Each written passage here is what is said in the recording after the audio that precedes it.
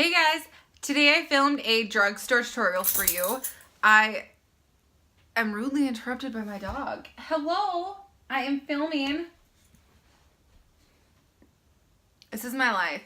Hank, this is my dog, Hankinson. Alright, I hope you guys enjoyed the video. I filmed, it's a drugstore tutorial using all drugstore products, so I hope you guys enjoy. Leave a big thumbs up if you want to see these kinds of videos again, and I will see you in my next video. Bye, guys.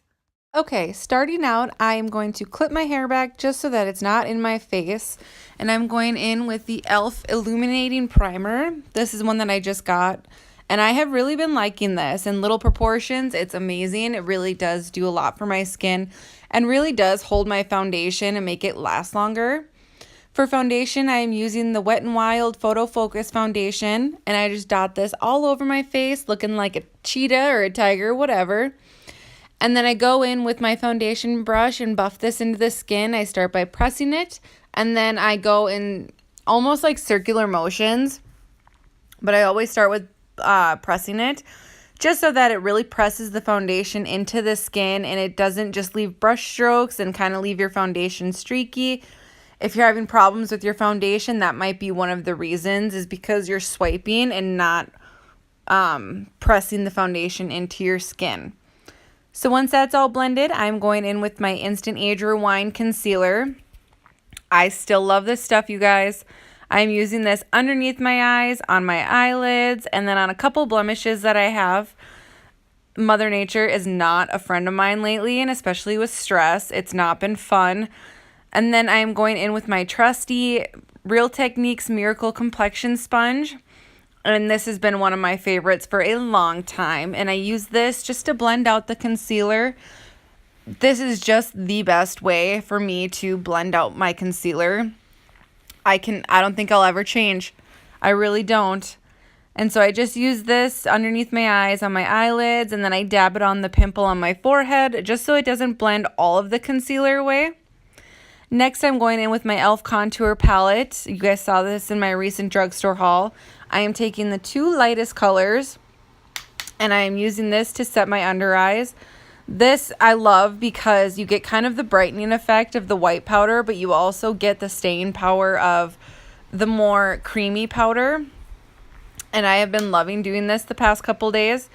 And it just looks so flawless underneath your eyes in real life. It's not really picking it up on camera, but it just looks so hydrated and dewy. And next I'm taking the cream powder alone, and I'm using that to set the rest of my face. So in my T-zone where I get oily, anywhere my foundation will usually break up. Then I'm going to take the bronzy shade from the e.l.f. Contour Palette, and I'm going to use this to bronze up the face. I'm not contouring. You guys know how I feel about contouring. It's just not going to happen for me.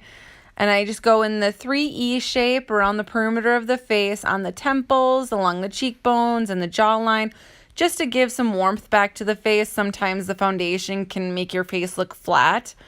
And if you don't bronze and highlight a little bit or add a little bit of color back to your face, it just kind of looks off. And so that is what I'm doing here. Now I'm going in with my e.l.f. eyebrow pencil. I know, you guys, I just am learning how to fill in my eyebrows. I'm 26 years old, and it is the first time on camera that I have filled in my brows. I'm not filling them in completely. As you can see, I'm kind of just filling in the sparse areas. So I use the color end, and I create little brush strokes, and then I take the spoolie, and I kind of brush through them and blend it all out and see where else I need to fill in, or if any places are bare or sparse. I usually get a lot of bareness in the front part of my eyebrows, where that is where generally most of the sparseness begins.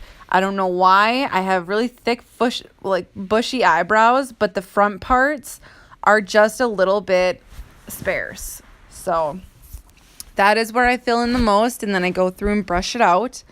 I am now going in with the e.l.f. with the e.l.f. Mad for Matte palette, and I'm using this kind of mid-tone brown as a transition color. It's a little bit darker than what I usually go for, but for this look, I really wanted something a little bit darker in the transition. So I'm using a big fluffy brush to kind of fluff this throughout the crease and transition area, just as a base. We already have that powder down from the e.l.f. contour palette. So this is just kind of one more step to make sure everything blends perfectly.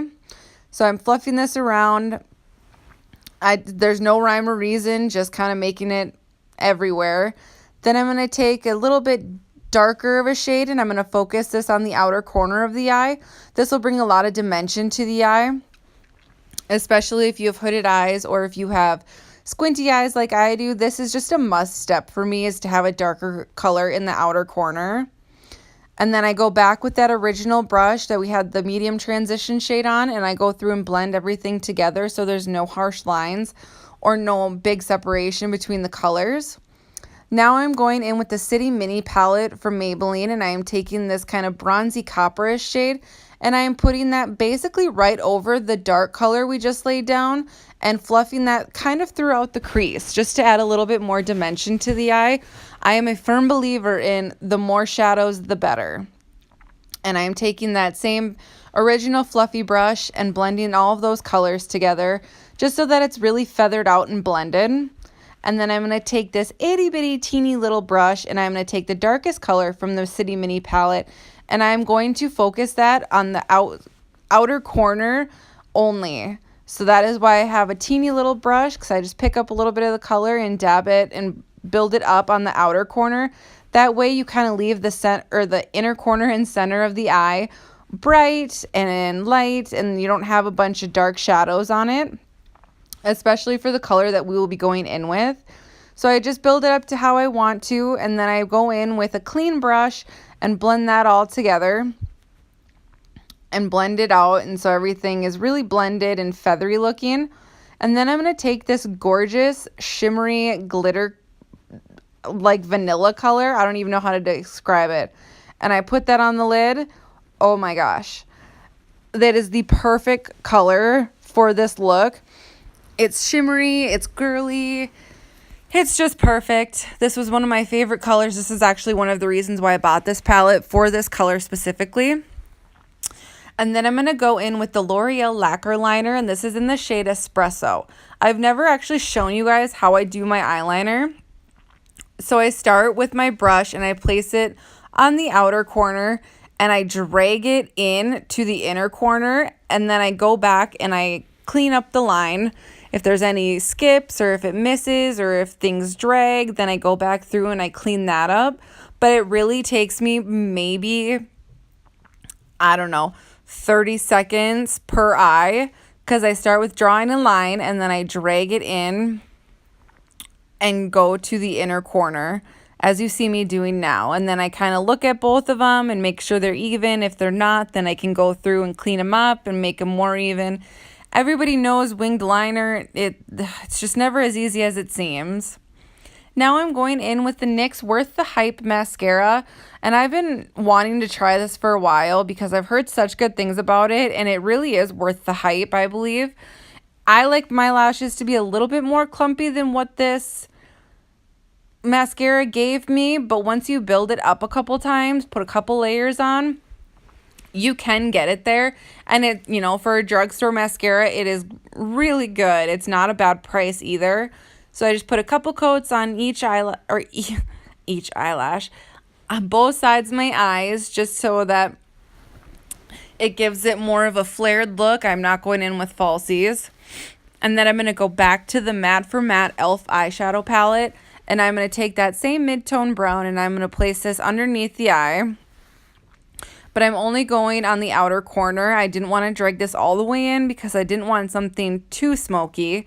So about halfway through, I'm going to stop and blend it out. I'm going to take a pencil brush and I'm going to take that lighter tone brown and I'm going to use that to blend out the darker shade that we put down there. Just, and like same with the first color, just on the outer corner of my eye. I cannot speak today. Goodness. Especially for me who has, you know, smaller eyes, this really helps open my eyes up. Next, I'm going in with the NYX FauxBlack eyeliner, and this is, I don't remember the name of it. I'll link it down below for you guys, but it's like an emerald green. And I'm going to take my eyelid and I'm going to kind of push in so that it pops out my inner line. And I'm going to do the same thing with the eyeliner. I'm only going to tight line about halfway. but we all need to just take a second. My eyes get super watery when I do this, and so sip of coffee, and then we'll be right back and good to go again. I'm going to go back in with the Worth the Hype mascara and coat the bottom lashes. I've always said this is a must for me. No matter what kind of lashes you have on your lower lash line, you do not want to neglect them. It'll kind of make your eyes look weighed down with all of the stuff going on in the top lid and having bare lashes on the bottom. And last but not least, I'm going in with the Vaseline Lip Therapy Pink Bubbly Lip Balm. My lips have been super chapped and super dry lately, and so instead of going in with a really dry and liquid lipstick, this is what I chose. And then last thing is just to unclip the hair and mess it up, and I hope you guys enjoyed the video. Don't forget to subscribe, and I'll see you guys in my next video. Bye!